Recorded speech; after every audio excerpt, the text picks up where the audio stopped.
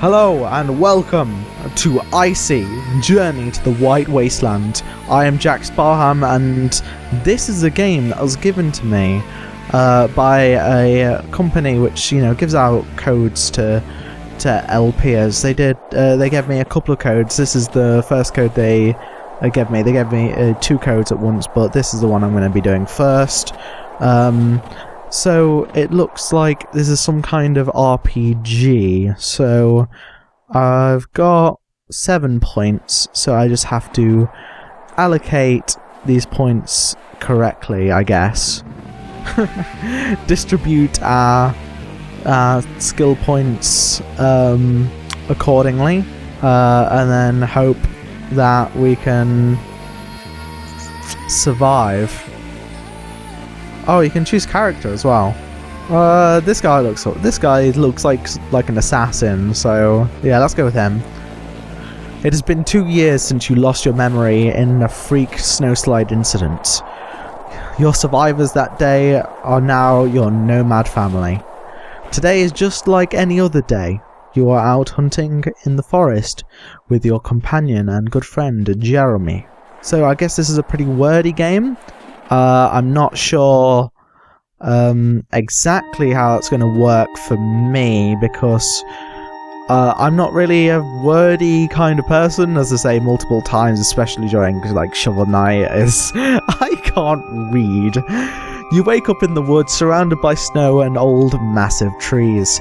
A cold wind is blowing, not long. Your arms and legs are chilled to the bone. Yes.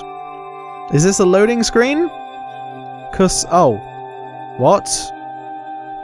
You feel confused in the white glowing snow. It disorientates you, but you manage to get on your feet. The old man looks at you with a friendly smile, waiting for your brain to start working again. What's up? You look at the majestic deer. Today might be our lucky day. You're damn right. The deer gets closer, lured by the bait you set. It's a large beast and could provide food for several days. Well, my firearms isn't that great, so I'll let him shoot. Jeremy slowly raises his bow and prepares an arrow, as you wish, lazy man. Jeremy steadies his aim for a few seconds, then shoots an arrow that pierces through the beast's neck. The deer emits a strangled cry and falls to the ground, convulsing. Oh, it's a bit grim, but I mean, people have to eat. Jeremy turns to you with a large smile on his face. Not a bad shot, was it? He puts away his bow and starts walking towards the dying deer. You get close to the deer. The beast is laying dead in the snow. It's large enough to provide food for your family for several days. Let's head back. He looks up at the sun. It's not even noon yet. Hector will find some other chores for us to do. You can be sure of that. You tie the deer to a strong pole and you head back to the camp. Jeremy talks the whole way back, clearly excited by the successful hunt. Start new quest. Prologue. So, is it like a... I mean, I'm not sure about how this game works. Okay, so you can set destinations or whatever. So, have I meant to go to this pinpoint here? You're able to see the tents of your camp from a distance. You follow Jeremy and then drop the deer to the ground. We're going to eat the deer for dinner. Jeremy smiles and puts his hand on your shoulder. Well. Suddenly Goran appears behind you. Brought back a week's worth of food. Goran, where are the others? You see Hector coming out of his tent. He doesn't seem to be too well. They're hunting south of here. You know Irma. She can't simply stand doing nothing. You look sick. I'm fine. Hector coughs a couple more times before speaking again. It's just a cold, it won't kill me. Well, this deer isn't going to chop itself up into pieces. Let's get started. Maybe we have time for another run. Let me do that. I'm stuck here anyway. My ankle still hurts a bit, so my ability to walk around is still limited. Go for another run. Try and get as much food as possible. There's a long road ahead. I don't want to lose any time. Lose time every day hunting. Let's stock up some food now while we can. Jeremy looks at the sun. We have time, so I guess we should go for another run. At least we won't get bored. I guess that's better than nothing. But don't fall asleep again. I'm the old one. I'm the one allowed to fall asleep at random. Come on, let's go. This time you take the lead. Okay, so we're in like a wasteland and we're, you know, hunting and shit. Tutorial hunt. In order to start hunting, enter into a forest area and press the hunt button in the right corner. Hunt. You're in a relatively open area of the forest where it's easy to walk around. Oh, you have risks and whatnot. Quickly scavenge, it takes up to 2 hours, increases the risk. Scavenge the area, takes up to 4 hours. Carefully scavenge areas, it decreases the risk. What risk is it? I don't understand. Like, what is risk? You see a small group of boars in the distance.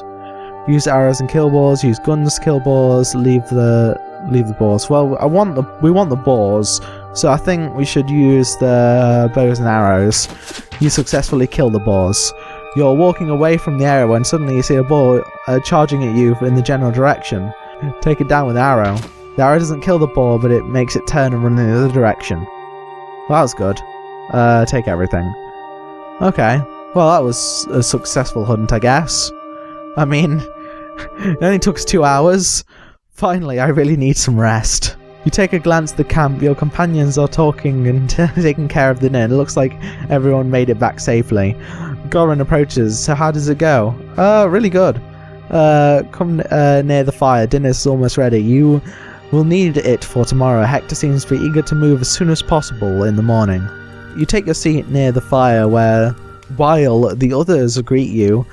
Irma? I don't know how to pronounce that, to be honest. Goran's wife starts giving you a plate of cooked meat to the group. Let's all be thankful to our hunters for the meat we're about to eat. Hector coughs after speaking. Will you tell us where we're headed? Not far from here. Tomorrow we will go scavenging in a town nearby. Let's hope to find something useful in our upcoming travels. No, I mean, where are we going to end up after the long run? Where will we spend the winter? We will travel south as far from any common route. Must get away from the plains. Hector coughs again. The plains are becoming dangerous. I'm not talking about all the bandit activity. There's rumours about more and more red horsemen swarming around here. What does it mean? I'm tired of travelling without a purpose. We have always stayed in the plains. Why should we travel to the unknown lands? Don't worry, it's all snow and cold just like here. You won't miss anything special. I don't care what we do. If the plains have become that dangerous, we should probably leave. I don't put my children at risk without a reason, and travelling away from any known route is a huge risk, especially when the only thing we know is that we're going south. Oh no, does it really matter? That's true. For what we know of the White Wasteland, there's no end and the mantle covers the whole world. I have the right to know where me, my husband and my children are going to end up. South is not enough. I want to know what we are going to face. There's no need to worry about that. You've already been south of here. Jeremy turns to you. Do you remember when we first found our friend? We're going to get close to that area. Too bad I lost my memory. And what are we going to do next? Do we have a place to spend the winter, or are we just running away from the plains without a real destination? Hector seems quite annoyed. I already said the plains are becoming dangerous. You don't want a red horseman clan attack us and enslave the survivors, do you? It's better to walk on the mantle for the entire winter than face them. The sooner we run away, the safer we'll be. Yeah, this is the best solution I've found. I'm not eager to walk on the unknown routes either, but at least we won't have to face the Red Horsemen. So I assume the Red Horsemen are like some faction where they're kind of some kind of authority, but like a bad authority, an evil group, I assume. Am I the only one with a working brain around here? We'll be running into the unknown. Better than dying. Yeah, because no one ever got got killed because he didn't know what he was about to face. Do as you like, but I already know we'll all regret this. Wow, you're being a bit negative, aren't you? Irma goes inside a tent before anyone has the chance to say anything. I'll talk to her. I'm worried too, but facing the Red Horseman scares me even more. She will understand eventually. Hector coughs a little before replying. I hope so. I don't want to discuss this ever again. Nothing of importance happens for the rest of the evening. You eventually go to bed and prepare yourself for the next day. You wake up in the morning and hear some voices outside. Hector and the others are preparing the plan for the day. Okay, people, now we will spread out pairs and search for anything useful in that small town over there, especially on the lookout for any tools. Irma will stay here with the children and guard our stuff. If anything happens, you scream. I will go with Jeremy. Goran, you go with Mark. Hector turns to you, and you will go with Demetra. I hope this won't be a waste of time. Goran puts on his backpack. I'm tired of only seeing empty buildings. Ask about the area. It's a little ancient town, so there's lots of buildings. I hope to find something to scavenge, something left behind. Let's go. Oh my God, she is not a looker. She is not a looker. I'll follow your lead. Okay, so we need to go to this old abandoned town. What is the scale of this? Because that doesn't seem very far, and also that seems a bit northerly than south, but whatever. To start scavenging, enter an area and press the scavenge button in the right corner. Okay. You find a small town. I don't know what the risk is, so I'll just go with the short one. While scavenging the village for anything useful, you find a little police station. It appears to be completely shuttered and abandoned. Try to pick the building's lock, blow up a secondary door. Let's try and pick the lock. You successfully manage to open the door and you're able to explore the building. You're scavenging the place when you hear a strange noise and a crazy man jumps out of nowhere screaming, wielding a gun. Wielding a gun? He doesn't look like a gun, he looks like he has an axe. Okay, well, I think, let's shoot him down. A couple of bullets enough to shoot him down, preventing from doing any harm. Take everything. Well, that was good. That was a successful scavenge, I'd say. After a couple of hours, you manage to reach the others at the camp. Goran spots you from a distance and greets you by raising his hand. You see the sadness in his face. What's going on? It's not easy to say. Goran takes a deep breath. Hector is badly sick. He's passed out a few hours ago, and now he's in his tent, barely able to breathe. Well, shit. The situation is desperate. We have no medicine to cure this kind of sickness, and he's pretty bad now. You see Jeremy coming out of Hector's tent, his face painted with suffering. As far as you know, he and Hector have been good friends for a long time. People gathered around Hector's tent as Mark finally asks him, how is he? It was the same moment Irma comes out of her tent. Jeremy sighs. It's over. We couldn't do anything. Oh my God! Why didn't you say a thing about his health? You know, Hector, he wanted us to get away from the plains. He didn't want anything to stop us. Goran stays silent for a few moments. Then he raises his head and speaks again.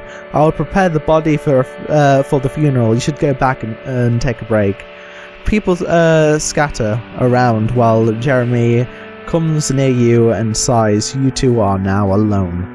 I met Hector more than 20 years ago, and yet he said nothing, not to anyone, not to me. He just died, leaving a mess behind.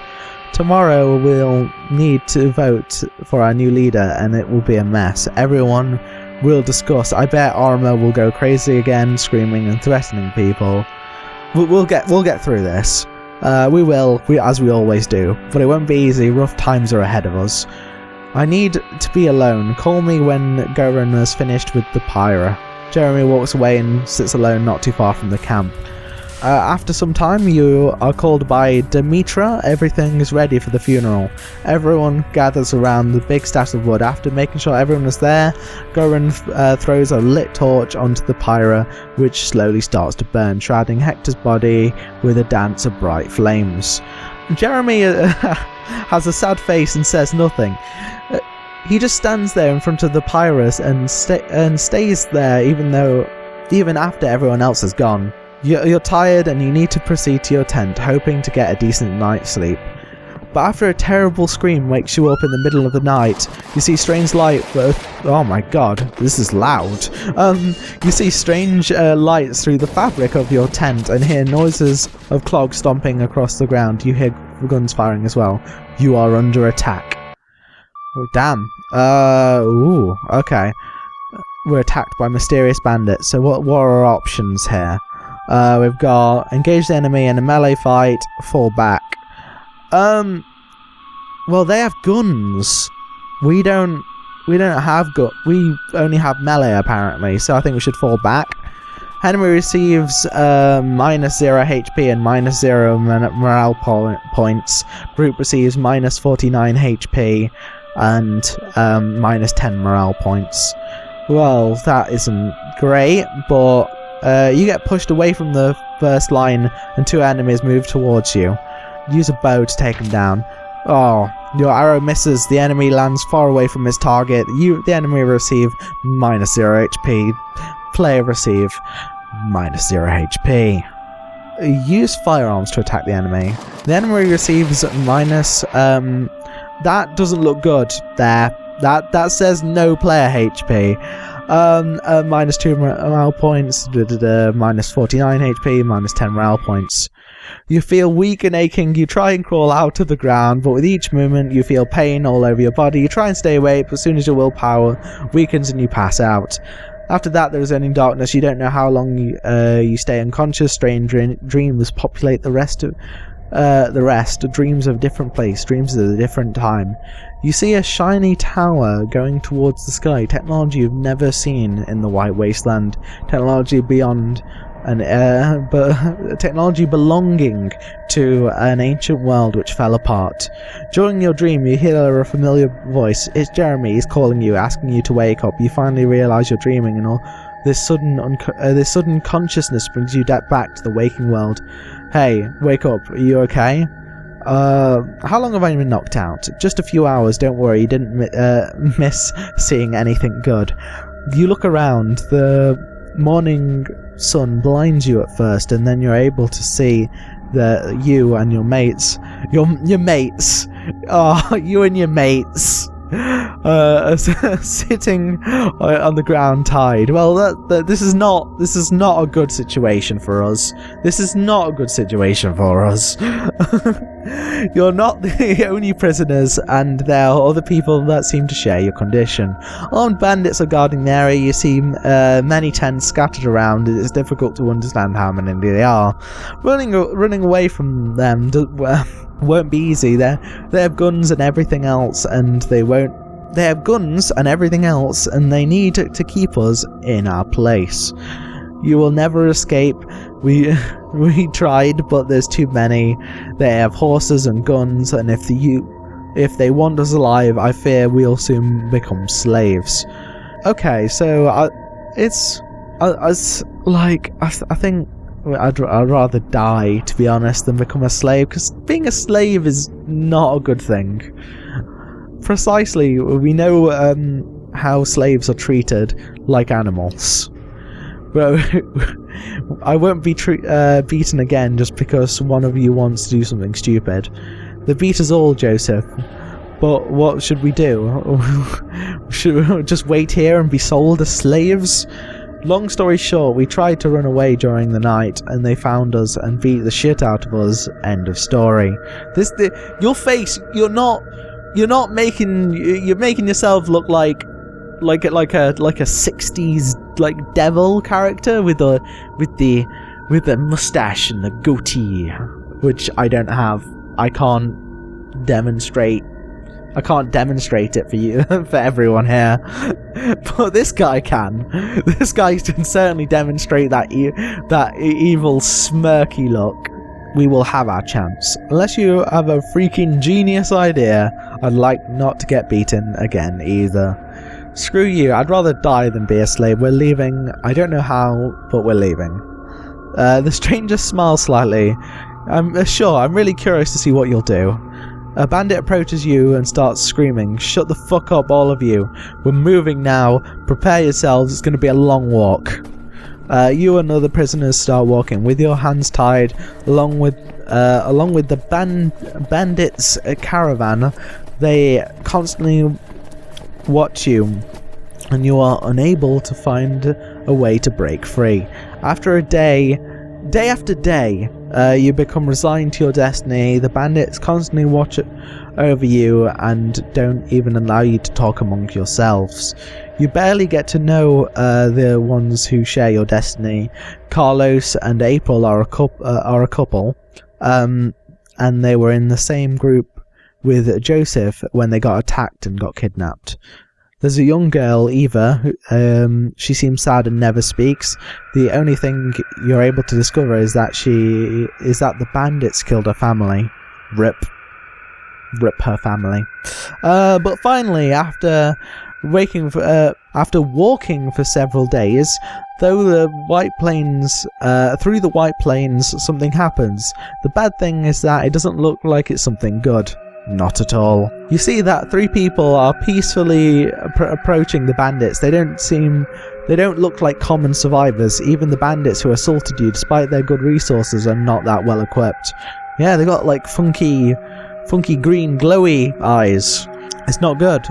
Polished and shiny weapons, high-tech equipment. All the bandits look like those 3 people with reverence and awe. You never saw anyone so well equipped walking in the White Wasteland. A feminine voice comes from one of the masked soldiers. Proceed on with the test and let's move on. We have no time to waste. I'm sure they're good. Some prisoners are young and healthy, but they're perfect for your needs. The woman slowly turns to face the bandits and stands still for a couple of seconds with an intimidating silence. We'll see. They approach you and the other prisoners and start using some medical equipment and take some of your blood. They take a sample from each one of you. They go away. After some minutes, they come back again. The mysterious woman looks at Gora and Emma and nods to their 2 companions. We'll take those 2 and their children. They're the ones we're interested in. What do you want with the others? We have no use in them. As they walk away, bringing Gora and Irma. I still don't know how to pronounce that name. IRMA, like Irma.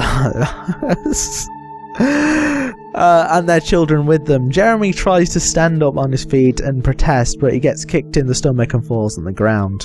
The mysterious strangers leave, taking your companions with them, while they disappear into the midst of the bandits and give you the orders to get on your feet and start walking. You are now walking, just like any other day, with armed guards all around you. When you hear the bandits shouting, you turn to see what's happened. At least 30 horsemen are charging the bandits, quickly descending from the top of the hill. They're wearing red. They're the Red Horsemen, feared bandits and pillagers. Oh my god, more gunshots, more very loud gunshots. The bandits start shooting at them, but the horsemen rapidly reach your position and start attacking your captors in close combat. Jeremy screams before he starts running away. Let's go, now! You and the other prisoners start running away while the bandits are too busy worrying about their own lives. As you keep running away from your captors, you hear the sound of bullets whizzing by you. One of those bullets hits Joseph in the chest and he falls to the ground. April stops running and kneels by her companion's body. Joseph, please stand up. Drag. Yeah. Yes, I'm gonna drag. You pull April away from the dead body of a former companion. You hear Carlos's voice. April, run. He's dead. Run. Someone keeps shooting at you, but the bullets pierce the snow around you without hitting anyone. You're too far away to be an easy target. You see the entrance of a tunnel ahead of you, and your group starts running towards it. You are getting far away from your captors, and who are busy fighting the horsemen. You take a last look around you, and you see no one coming after you. The tunnel is quite long, but after a few minutes you finally see the light and the cold wind coming from outside. You can see the world map by pressing M while travelling around the world. Okay. Well, that's good, I think. I guess we were down, like, here before? That's what it looks like we were. We've gotten a long distance. And the perspective here is very strange. Yeah. But I'm gonna leave it. We've done, like, half an hour of this. Well, I've played about half an hour of this game now.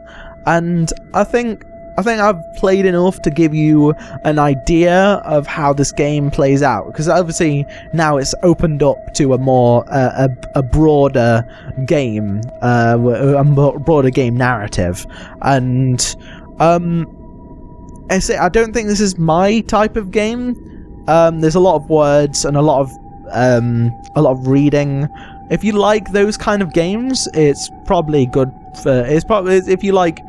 If you like reading and like very well written dialogue and stuff like that, this is probably that kind of game. But other than that, if you like the video, give it a like. If you have anyone who'd be interested in this game, make sure to share it with them. Talk to me in the comments and on Twitter. If you see any game you want me to feature on the channel, that's another thing you can do in the comments. And other than that, have a fantastic day.